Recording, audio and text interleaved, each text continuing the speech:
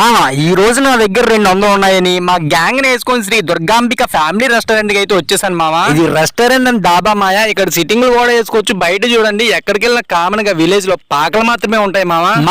మన ఆర్డర్ రావడం లేట్ అవుతుందని మన మియా ఖలీఫా బాపుతో చూడండి మన కుర్రోళ్ళు మెసేజ్ చేస్తున్నారు, పులిహార కలిపేస్తున్నారు మామ.